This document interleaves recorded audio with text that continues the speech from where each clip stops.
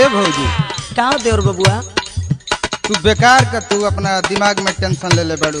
ना ना अब हमें जना रह सुन सुनावा। देख भैया फोन कर ले रहुआ का कहत अब रहुआ तोहरा विश्वास नहीं है तो देख ला फोन कैले रहुअन रतिया देखला नंबरवा माई हरवा का जईबू फोन कैले रहुअन